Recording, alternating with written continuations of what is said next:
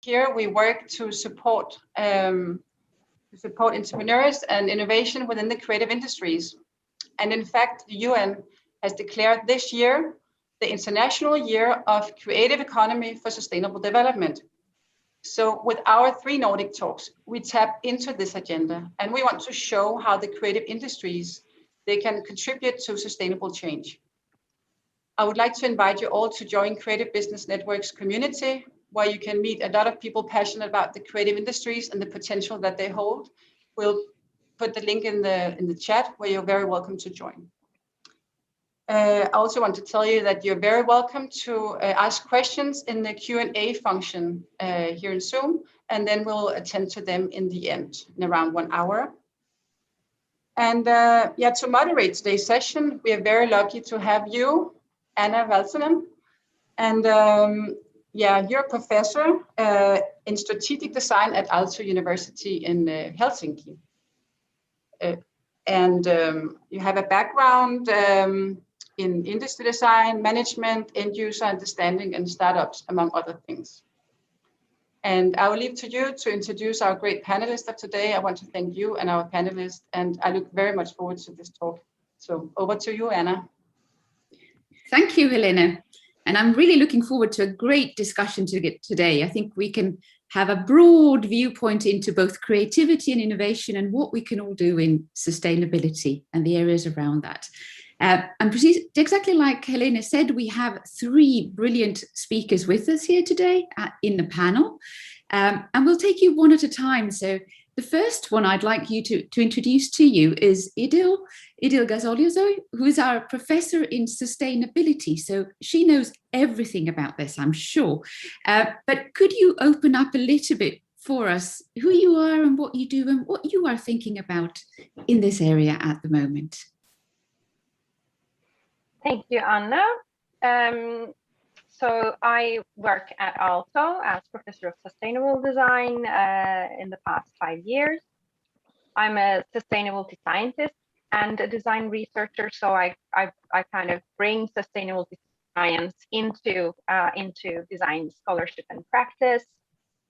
And I'm particularly interested in long-term systemic changes so that we achieve sustainable futures as a society.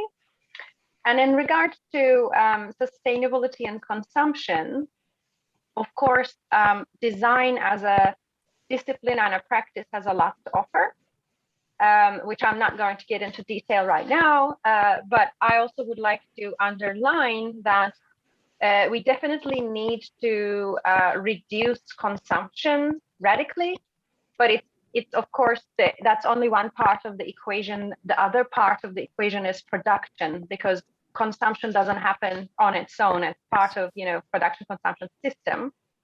So I do see production and consumption as an interrelated whole and part of the same equation. So what we do and how we do consumption is very important, but also how we produce and what we produce plays a major role in what happens on the consumption end. So that's, I think, all I'm going to say for the time being. That's great. And that's a broad approach for us to continue building on. The next one up, we have Niclas von Weiman, who's the CEO of Matsä Spring, which is, as far as I know, it's the innovation company of Matsä Group, right? What about you? That's correct. Thank you, Anna. In Finland, we have over 600,000 forest owners. That's quite a high number, even for a country like Finland. And roughly 100,000 of these forest owners have formed a cooperative called Metsäliitto in Finnish. And Metsäliitto cooperative is the parent company of Matsä Group. And as Anna mentioned, I work for the innovation company within Matsä Group. But obviously what we do in relation to innovation builds on the Nordic forest and wood as the main raw material. In our way of thinking, sustainability always comes with 3 pillars. So we have the environmental part, we have the social part, and the economic part. So we always are balancing between these three pillars. Sometimes they go in the same direction, sometimes not. So you need to balance. In regard to the forest management is of course one of the backbones of what we are doing, and the practices they develop all the time. The certificates, forest certificates, are really important on top of the law we have in Finland, the Forest Act. And it's really impressive to see that the volume of trees in Finland has doubled almost during my lifetime. So something is done correctly in terms of forest management.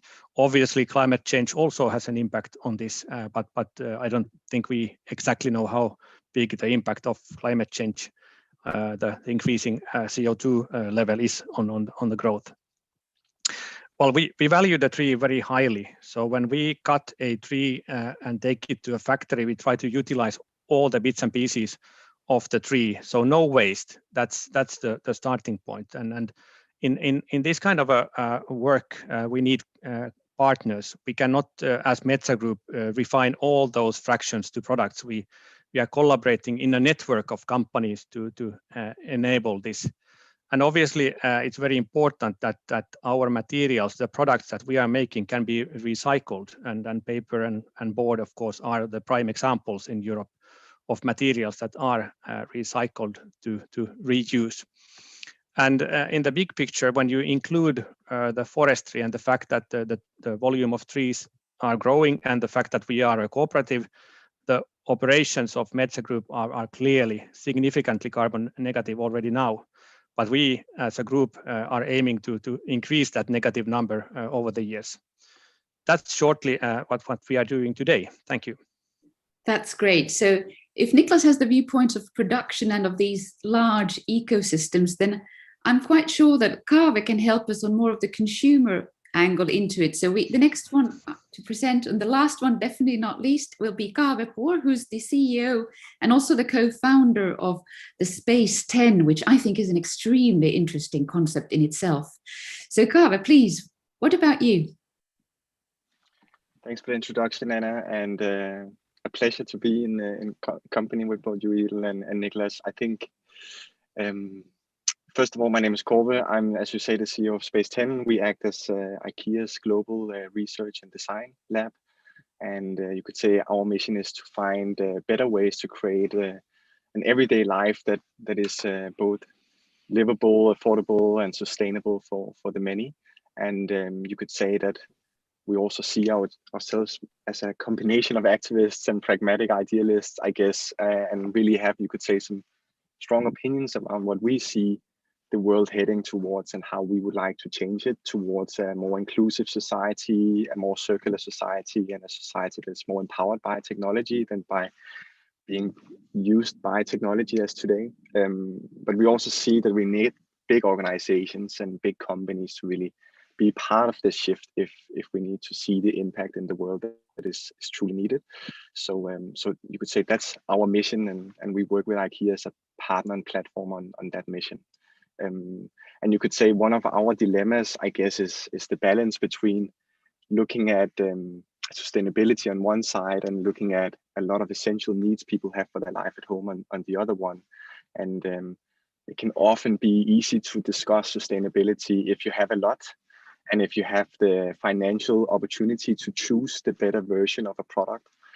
But our belief is that sustainability should not be a premium, and we need to reinvent business models and the offer to really make sure that this is something that is sitting at a company level and not necessarily on an individual family who might not have that luxury in their everyday life.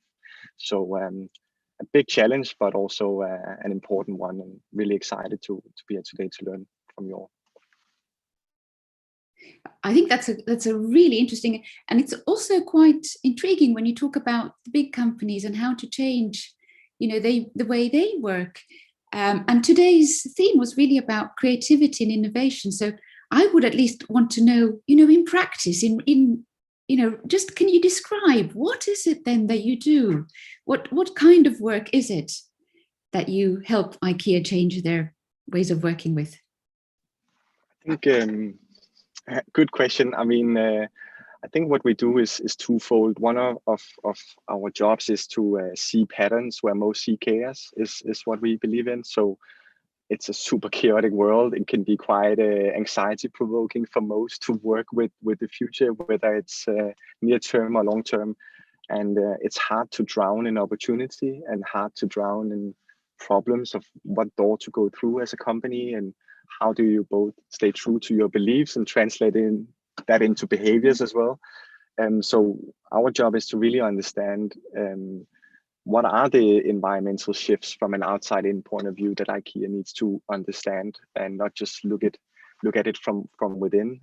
What are the societal shifts that are combined in this super messy equation, as Niklas alluded to, and what are some of these new technologies that might be an enabler of solving some of these things at scale? Not that it's a silver bullet, of course. But on the other side, we're also trying to be pragmatic and see if we can design specific solutions for some of these opportunities. We have had a satellite in Delhi for last year, and one of the big explorations we were looking at is what are the essentials for a good life at home, beyond the basics of a couch or a chair, but what is truly the essentials you need. And obviously one of the big challenges is the lack of reliable energy. And even though IKEA would not see themselves as an energy company, obviously energy is an essential for you to build a foundation for good life at home. But it's also essential to use sustainable and renewable energy and design it in a circular manner. So for example, batteries are not ending up in a landfill, but actually are being reproduced into the system. And then suddenly that becomes extremely close to the home in a weird way. Because if you don't have energy, you can't really build that foundation that IKEA is focused on, which is the home. And then we go in and start with a very research-driven phase. We do a lot of home visits. We do a lot of more explorative experimentation around technologies. And then we also move into design and look at what would those potential solutions look like if IKEA should do them. And do we have an opportunity to use the value chain of IKEA to set new standards, or to offer this at prices that would often maybe be more associated with a Tesla crowd and some sort of elitist solution that costs thousands of dollars. But finding that balance is what we try to navigate. So that would be one example of what we do. And then we try to do it with what we call playful research, so it doesn't just end up in a long, boring report, but hopefully can be a little bit more simple for also the average person to understand and engage with. So it's not just a closed club, but more of a democratic process, if there's such thing in corporate life. That sounds great. What did you say? Playful? We call it playful research. Playful research. I'll get back to you on that in a while, but I think you made a brilliant opening there. What about Niklas? How do you, I mean, your whole organization is there to inspire to think anew in these areas. What do you do to get it happen? I think a very pragmatic way, and this is true for most of the big companies, is to set sustainability goals. And not only sentences, but also numerical goals, so that you can follow them from year to year and then try to be better. So I think that's a very pragmatic way, which is also applied in Matsä Group. So we have our own goals for 2030, and just to give you a few examples. One is to increase the carbon stored in the trees and in our products significantly from the level we are today. A second forest-related goal is to improve the biodiversity situation in the forest that we are active in. And then if you move to the factories, to give an easy example, is to first of all get rid of all fossil energy. So we already now have a few factories which work only with renewable energy. And of course, most of that is coming from the wood originally. So that would be the goal. But then in a broader context, also get rid of the other fossil raw materials. And in my daily work, when I work for this small innovation company, we, for instance, invest in small startup companies. Some of these startup companies are the ones which then are keen to further refine those side streams that are generated in our operations. And this is one way of trying to develop the ecosystem, the business ecosystem around what we are doing. And by doing that, we also then utilize the tree as efficiently and as clever as possible. So these are some concrete feet on the ground examples that we are applying. That's great. And so İdil, to me now, help me on this one. To me, it sounds like, Kaave, excellent examples of saying how they start by, if I would say, it's a sense making of what's out there, what's around us, how do people behave at the moment, or in what you call the messy world. And then you went into describing how after your sense making, you use design and solutions to make it tangible for people. And Niklas was talking about setting goals and also, I think your examples were small startups or things like that. And I know, İdil, that you've published a book on design and sustainability, and you know everything about how transitions like this should happen in theory. Do what Kaave and Niklas say resonate with you, and can you help us in framing this a little bit out of your point of view? Of course, what I'm hearing both in Kaave and Niklas's innovation adventures is what I know to have started decades ago in academic research. So one thing that I can say is I'm incredibly excited to see that decades-long work is now finding its place in business and business innovation contexts, because we need to, transform each and every single business in the society. So uptake of ideas of circular economy, which goes all the way back to 30-40 years ago. Nature-based solutions, the importance of biodiversity and considering it in our industrial operations, etc. All of this is now taken on board by businesses. So I do interpret this as a very positive sign. And then, of course, as a scholar, as a researcher, my role is to think about, okay, how more I can push the thinking in businesses and thinking about innovation further than it is now. Yeah, and it's never easy, is it? So I think both the examples you gave, both Kaave sort of sense making and then packaging it so that it's actionable in one way or another, which was what I read. So I hope I didn't read you. And Niklas's sort of goal setting and sort of maybe showcasing through these smaller investments as well, are to me a way of getting people on board, or a way of getting people engaged into what we're talking about, which is, I'm not sure, but I think that might be the toughest bit, to go from an idea or us jointly thinking that this is something we need to do, to get the entire organizations on board. What do you think? Is this something that you think is a given, or have you had to fight or to find new and intriguing ways to get this understanding to happen? I think it's a super good point, and also to İdil's comment around making sure we push things further than maybe the current state of innovation. I think a lot of it comes down to the narrative. Like, change is obviously super uncomfortable for a lot of people, and it's not always obvious either why we should change. So if we look at it from a global level, we have discussed and are weirdly enough in certain places still discussing today whether we need to change and at what extent we need to change. And here, obviously, the narrative is extremely important, and formulating that narrative to the right audiences to really make them understand the why behind these changes needed. And obviously that is also a result of why we need to do innovation, but also more broadly, what is the mandate or framework from what you can do innovation.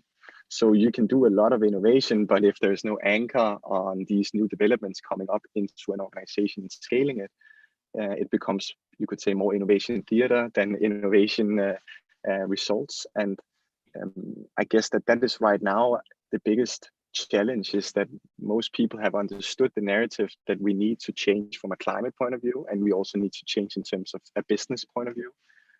But to the extent of how much we need to change, and also who needs to change, I think that there is still some way to go.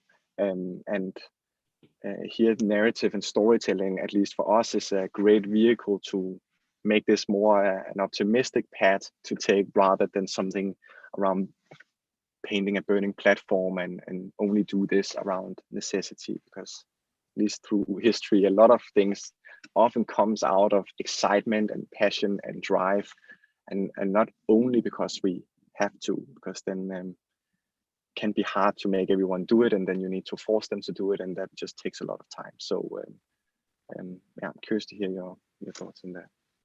Yeah, that was a lot of brilliant terms there as well. Innovation theatre. I think anyone who's done corporate PowerPoints would love that term in itself. But I think you also had great examples and great questions, and you were talking to which extent we get it, and to whom we should ask these questions, and how we should convince them to. Niklas, does this ring a bell from your point of view? Is it easy? Well, I do agree with what Kaave was saying. In addition to that, I think now in the age of internet, things are moving ahead much faster, and also the consumers' level of understanding is much higher. So İdil is referring to something that happened decades ago, but decades ago we did not have internet. So I think the sustainable development, although it started in the 1970s, I think, as a term and thinking, it is now with the internet that we have really moved forward, and the companies in a way are also under more pressure through that.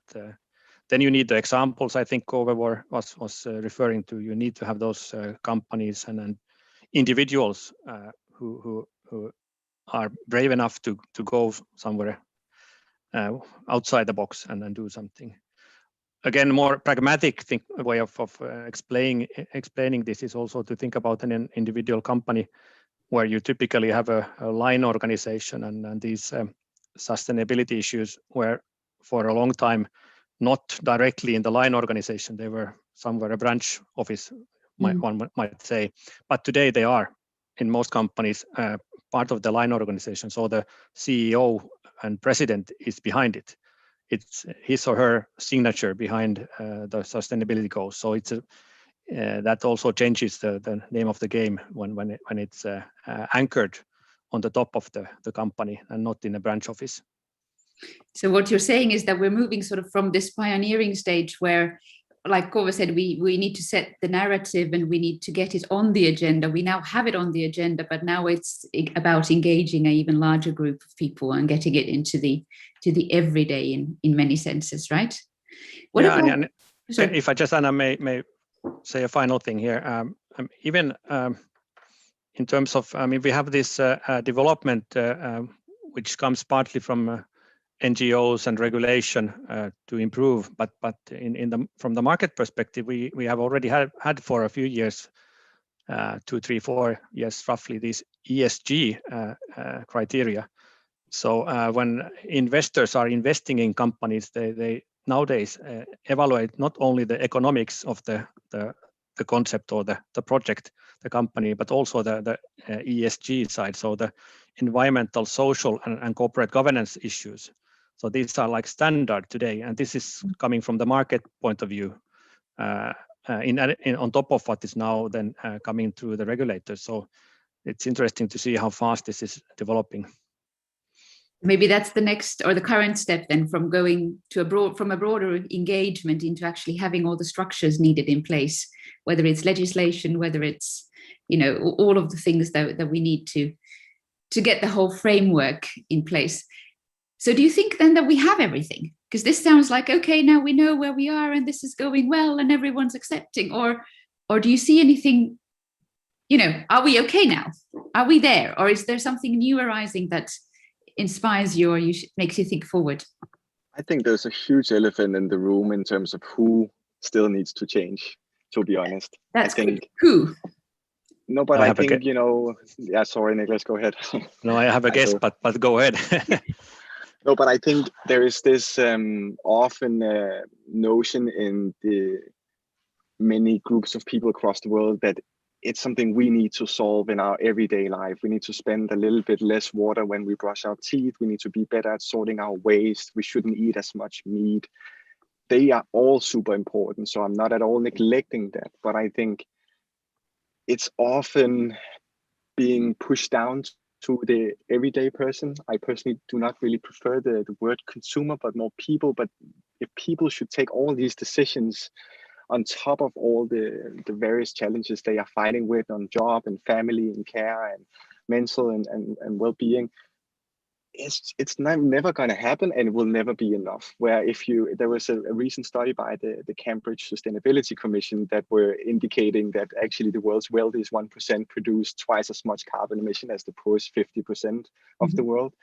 And actually, if we are to live up to the Paris Agreement, that 1% needs to reduce their emissions by around 30-fold, whereas the world's poorest could actually still increase 3 times their current level, and still we would meet that goal. But if our belief is that it's not that 1%, or if it's not those big companies who are at the end the accountable and responsible ones, we'll just keep moving in circles, talking about small hacks and things that looks good on images, but it won't move anything. And obviously the ones who are currently putting out the frameworks and the agreements are often the ones who also will have to change the most if we should be more objective.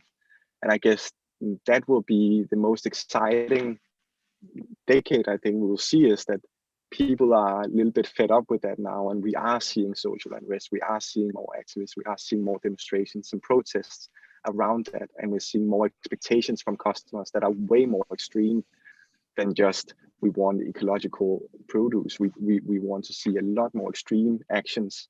Certain places where other places are unfortunately post-COVID being reduced in terms of the incomes now to an extent where they won't have the headspace right now to take that in their everyday life, and are having maybe bigger social issues to deal with.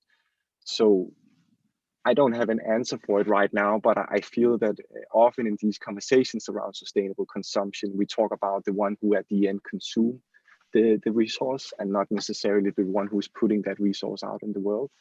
And right now that is, I guess, a big challenge for us to all solve. I think that's a really good way of putting it, but that's also maybe one place where we can be more creative, and that's actually raising these radical questions as well, or the radical viewpoints that might not even be something that we want necessarily to happen, but also in a speculative sense of what could be unless we do something. And I think that's one part in the discussion where the creative fields traditionally have had a very strong stance. So I'm thinking back of, old examples of, Fiona Ruby and Anthony Dunn, who did a series of, a long time ago, they said that, we should be a lot less people on this planet, otherwise we'll run out of food. And they invented these speculative pieces of inventions where humans had capabilities of animals. So we could eat grass, or we could do things like that, because normal food we would run out of. And we've had many popularized versions lately, like David Attenborough, who said that we're just too many. What about if, we would just be a lot less human people back on this world? And I think, the radicalness of the proposals might be part of what you were saying of the sense making as well, of shaking people's thoughts a little bit to rethink how we do what we do at the moment. Or what do you think? I definitely don't think that it's the right choice to just say, let's just be a billion people. I feel that that's such an entitled statement, that it's coming from a part of the world who's currently the most responsible for all that mess.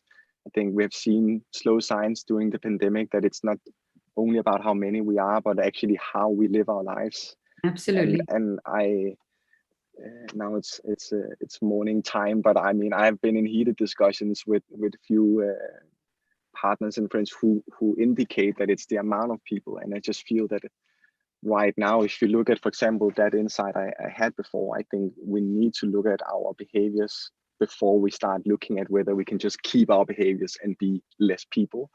I feel that would be the same as saying we can just travel to Mars and live there if this Earth goes down. It feels like a super dystopian solution for me, at least in terms of how to go about this challenge. Yeah, and I think the provocation of the discussion already starts people thinking. If I please add on here, I mean, I do agree with Kaave that one should not put too much pressure on the consumers, but everything we are producing in this world, it's a supply and demand issue. So somebody is demanding, and that's why we are producing. In terms of production, I think most of the companies do understand and understand the seriousness of the situation, and they are trying to change, and there is a readiness to invest. But before a company can invest, you need to have first of all the opportunity. But what is usually the problem is the predictability. In many cases, when you invest a lot of money into, for instance, factories, you cannot then change the rules in 5 years. You need to understand what the market will look like in 5, 10, 15 years. And of course, you cannot go too fast to something that's not affordable. That's important. And I think what we are seeing in the European Union right now is a misbalance between in the relationship between the companies and the politicians, the ones who are regulating. I mean, in an optimal world, you would have a certain amount of regulation coming out, but then you would also trust the companies. So you would be balancing these two things. And right now, I think there is quite a lot of regulation coming out of Brussels, especially. And you have kind of red tapes all over for a company. You try to see where to go, what to do, but there is red tape here, red tape there, red tape here. So it's quite difficult. And I'm a bit concerned about this misbalance at the moment. There is not enough trust in the companies that we will do our share without regulation. Can I share some reflections on what I have been hearing? So talking about balance, talking about, I think Kaave's point on it's not a population or how many we are question, but it's how we live our lives. And who needs to reduce their consumption, or who needs to primarily change their way of doing things, and that the 1% or the 10% richest is consuming 90% of the resources. The challenge is so that, and also of course the kind of poorest 10% or 20% needs to increase their wealth and etc. But of course, the systems are so complex and so interrelated that the poorest raising their level of life, of wealth, highly depends on the consumption that is taking place by that rich 20%. So how can we in a globally so complex systemic complex situation, where can we intervene, and how can we start to inspire that 20% that you can have happy lives, satisfactory lives, amazing lives without the levels of consumption that you are doing at the moment, and also inspiring the poorest 20% on not necessarily linearly walking the path of the West, but finding their own pathways towards sustainable futures without polluting their land, polluting their soil, etc., etc. So there, I think creative industries, creative sector become very important. And you talked about speculation and speculative approaches, Anna. So one thing that my research group does, and I had been doing for a while, is to create those imaginations that feed into new narratives, that feed into how can we live, with much less emissions without becoming miserable people. And we know that it's actually possible. So creative industries have, I think, quite significant agency to creating those new, narratives of new ways of doing things, new ways of living lives, and spreading that inspiration. So yeah. Inspiration. What a wonderful word. How can we get more of that?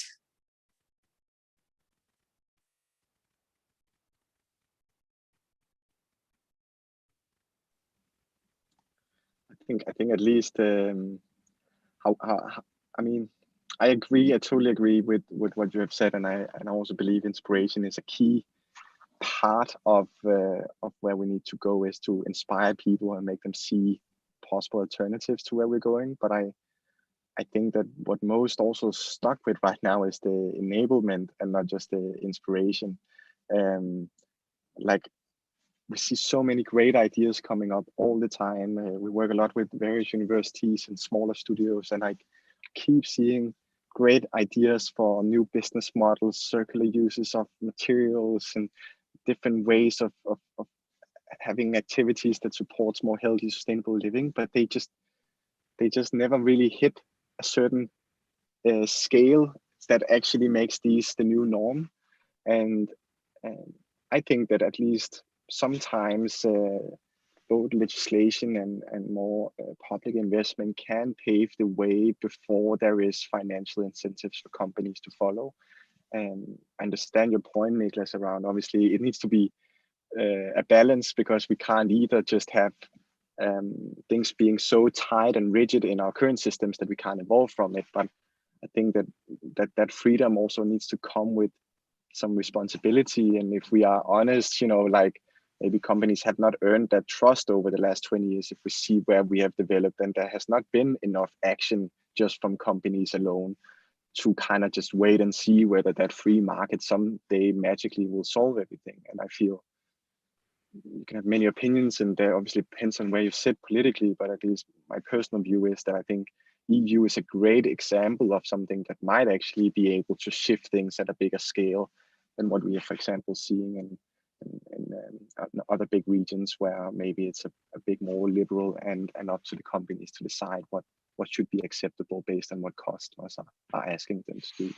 So I guess that balance right now will be exciting to also follow from country to country, because it's very different methods and tactics that are being applied across these different countries to meet, you could say, the same goals at the end. That's a very good point. Niklas, what do you think? I mean, what questions are arising on your horizon, and what do you think about this? What do we need to do in order to get the change to stick and to look forward? Yeah, if I just quickly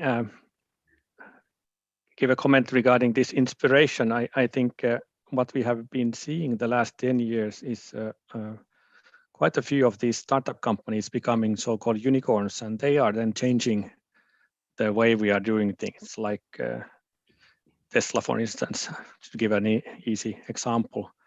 And that is now really changing the automotive industry in a fast pace. So these kind of inspirational factors you see more and more. So I think that's quite nice. And I think that might be one way of getting there to this more sustainable level. But your question regarding I think it was regarding these visions of where we should be. Well, I do hope that we would be carbon neutral as a society in some decades, and obviously we in the European Union have just agreed, at least tentatively, on a goal to be carbon neutral by 2050, meaning that we then we consume much less fossil resources, and we also then have means to capture the CO2 in a better way. And then that goes through most of the sectors that we know, starting from energy. But I think also what I would like to see in let's say 10, 20 years is that we spend much more time on designing the new products, so that you design the products for long life, and then you design them for recycling, reuse. That's not true today. The best example being the fast fashion, where you simply just put out clothing as fast as possible, as cheap as possible, with the idea that even the consumer might purchase and never use the clothing. It doesn't matter because it's so cheap. You just purchase because it gives you good feeling. And that should be changing. That kind of mindset. You should be more keen to go for clothing that will last a long time. So in these lines of thinking, I'm envisioning the future, including then that we educate these countries which are not among the 10% consuming everything. So through education, I think we can also then improve the situation, and they learn not to follow the path that we have been taking. They find much better ways to come to a normal standard of living. Kaave, I think you wanted to respond to Niklas. No, I was just, I think it was such an interesting example with Tesla, right? In terms of our conversation on inspiration, because, and this might be an unpopular opinion on Twitter later on, but I think that's a great example of the wrong inspiration in many ways, even though he's doing great in relation to a lot of other CEOs and companies who are not at all getting any attention for how bad they are driving their sugar companies or oil companies and so forth. But I think the interesting part with Tesla is they've been so good at building a narrative, but suddenly we all believe that it's an electric car that will solve our transportation issues and not a bike. And it's not city designs, for example, or where we live. And I think that I was part of a meeting where we discussed, you could say, the future of transportation in terms of cities, and where obviously a car, even though it's electric, will not solve the issues that we are right now seeing in transportation. It might solve it in terms of trucks and transporting certain goods.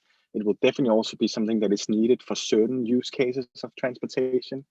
But to really solve it, I think we should more look at the Nordics, who have designed cities that are possible to transport yourself in through metros, through buses, through bikes and public transportation, and designing cities that are, you could say, designed with a human scale rather than, for example, what we see in other places where the car is an essential for you to even just go to work.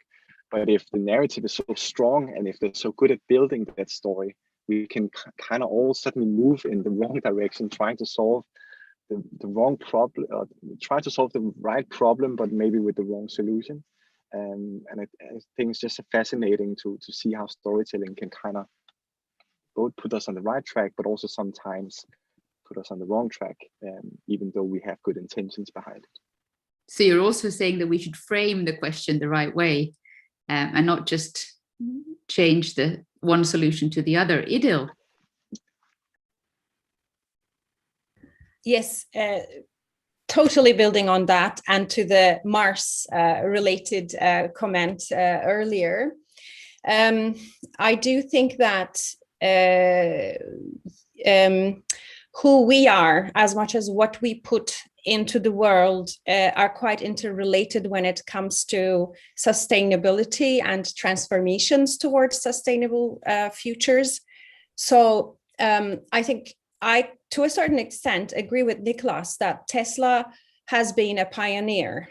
It changed the market, etc., etc. And totally agree with Kaave that, of course, electric cars are not the solution. We need to change the entire mobility system and how urban work, etc. But with that reputation built on, moving on to, claims that the world is going to be inhabitable because we trashed it, so we need to colonize Mars, comes from the same very successful, very smart business person. And I think this is where things start to fall apart. Because this is not really displaying an ethical stance about the fact that this is our home, we're responsible to care for it, we're responsible to care for one another. So maybe my point is, in addition to inspiration and new narratives, I would strongly kind of want everyone to start to think our relationship with one another and our relationship with the earth as a relationship of care. And if that is the case, then how would our innovation endeavors would change? I do argue that we wouldn't then, put millions and millions and millions and millions of dollars into a project that is quite far-fetched. And that kind of gets its traction from a very, I would say, unproductive idea that world will be inhabitable by humans, so we should colonize a space. But maybe that's a starting point.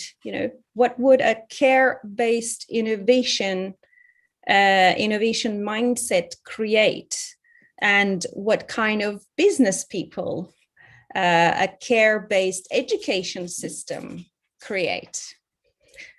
Yeah. That's a brilliant opening. And I really like the idea of a care-based innovation mindset. I also think that your choice of word of care, because I mean, sometimes we use empathy, but that means that we apply it on someone, whereas I read care as in we all care. I mean, it's us who are in it. We're all in it together. And I think that's a really great way of saying, or talking about our mindsets. What mindsets do we need? Or what do we need looking forward? I also think that's actually a very good bridge to maybe our final question, let's see. But for all of our audiences to think about, what can we all do today? I mean, if we need to change our mindset, if we need to co-create a world which is more inclusive and more engaging into these questions in many ways, I think it's quite clear that it relates to all of us in one way or another. If you would be able to give the audiences your thoughts about what we could all do, what would they be?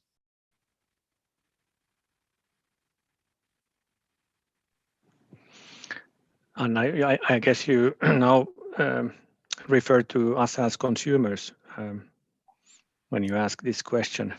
You can read it as you want, as a human being or as a part of the bigger ecosystem of the world, or as a consumer. Well, being the dull engineer with the feet on the ground, I think my thoughts are quite might be dull.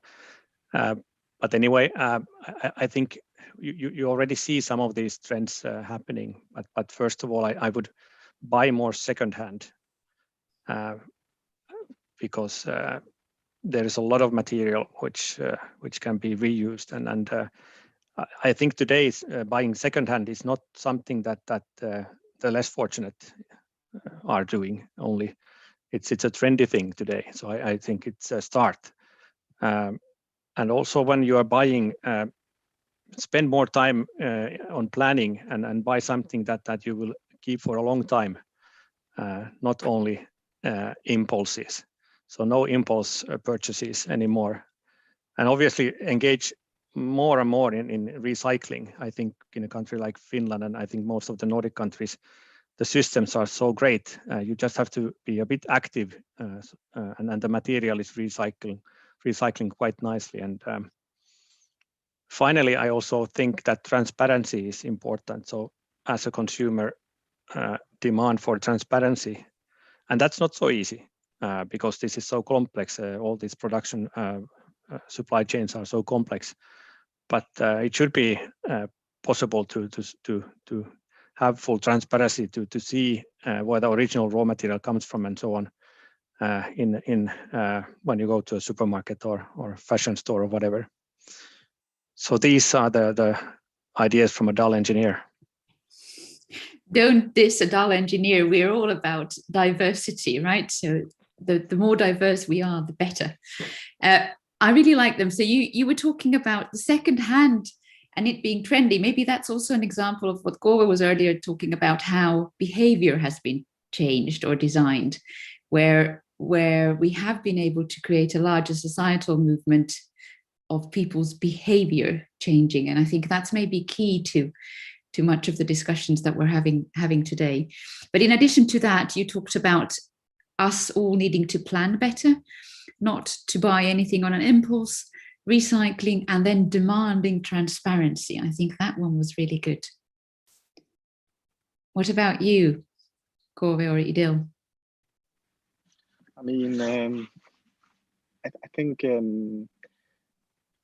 there might be two things that I would suggest. One would be from an individual point of view, how to navigate all this. I love this saying that there is no method more effective than a good example.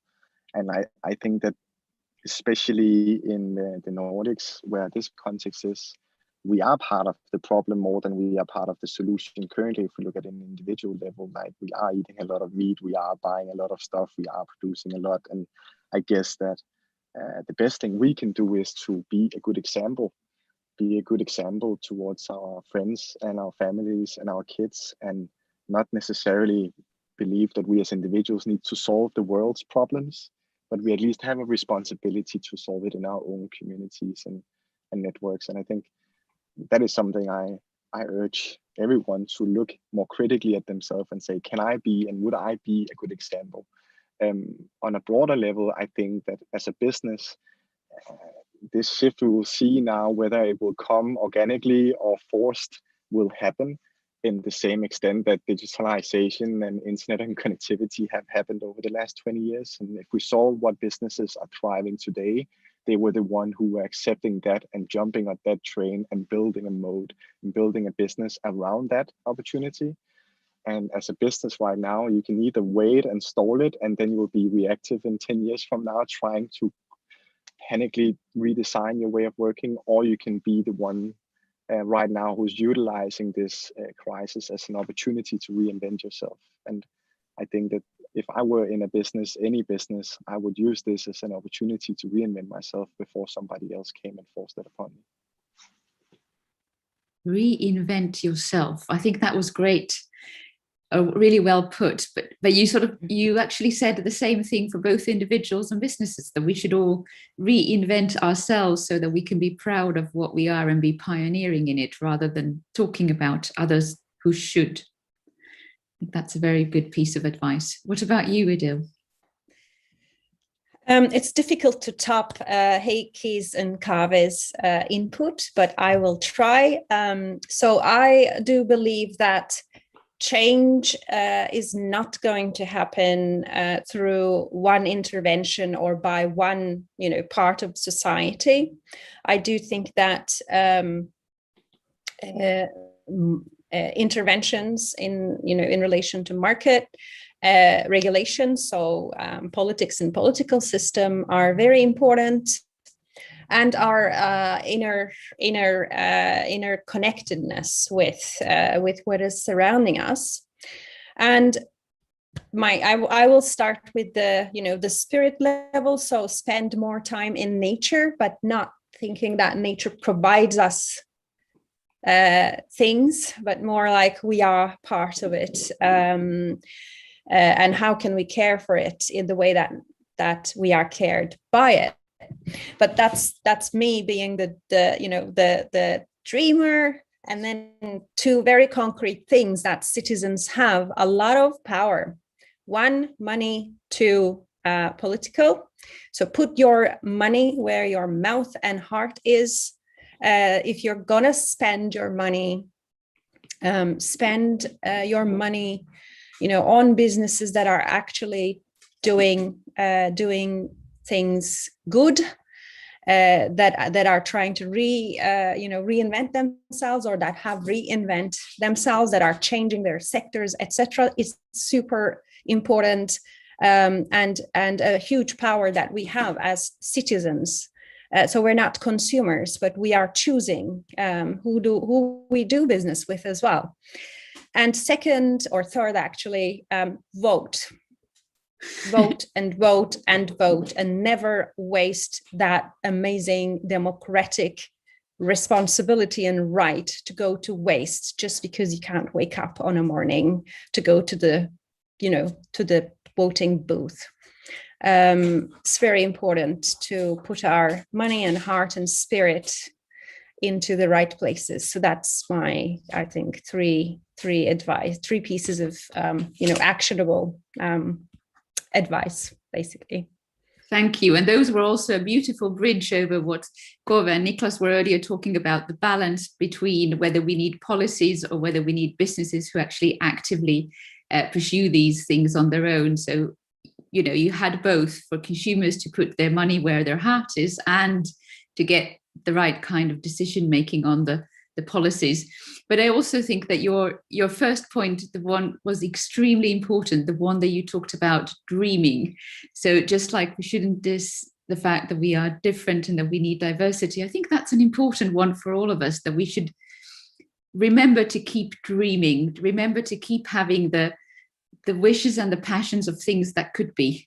And maybe your idea of everyone embracing nature is a great way to not only dream of those we know, but also get new ideas of what could be.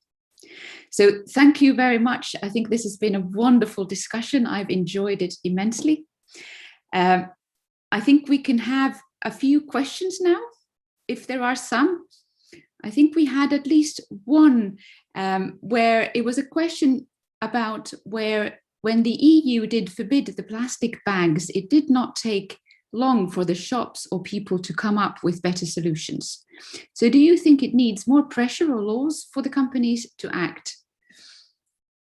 So I think this was coming back to which one did we end up with? Do we need laws and regulations, or can we find active measurements?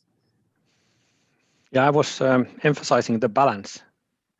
So you need to find a good balance between the laws and trusting the companies to do the right thing. The plastic issue in the European Union is much bigger at the moment. We have a new directive since a few years, which should start applying now in beginning of July. Single-use plastic directive. I think that's a good idea, where the starting point was brilliant. You identified what kind of garbage you have in the seas and the shores in Europe scientifically, and made a top 10 list. And the conclusion was that the current regulation then does not work, because we still have these and these materials floating around, and most of them were fossil plastics. So they and single-use items. So that was the starting point of this. But now, in practice, when you go into the details, the regulation and the guideline is more or less then in some cases forbidding too much, and we are in the world of red tapes, as I was mentioning. So something that is, in one version, something that in practice is more or less cellulose, meaning it's biodegradable. It was still considered by definition a plastic, because due to the definition. I learned that in the last final version, which came out, I think this week, this was taken away. But there is a risk that you then, when you try to make one model that fits all, you go too far, and we are back to the balancing. You need to have a proper balance in these kind of issues. Maybe that's a good conclusion. So we need to keep the balance between them, but also I think this is a great example where we should not design something that is not the final solution. So it's back to the Tesla example, that don't make a better plastic bag if you can find a solution which would avoid it altogether. So thank you to all of you. It's been a wonderful talk, and now I'll hand over back to Helene. Thank you. Yes, thank you so much, Anna, and Kaave, and Niklas, and İdil for being part of this today. It was very interesting, very valuable, and I think we have to continue this discussion and make an impact. Just before we end, I would like to tell you that this session was actually a part of a whole week in Denmark this week called Green Impact Week, which is exactly about innovation for green impact between different stakeholders in society. So I encourage you all to take a look at Green Impact Week's program, which is being live streamed. The last thing I would just mention is that Creative Business Network is running a training course for public sector stakeholders on how to develop and implement creative industries policies. It's called like Creative Industries Policy Seminar, starting the 11th of June, and there's a link in the chat if that's interesting for anyone. So I will end off by showing Nordic Talk's very nice brand video, and I would like to thank you all for being here today. Bye bye. Thank you. Bye. Bye bye.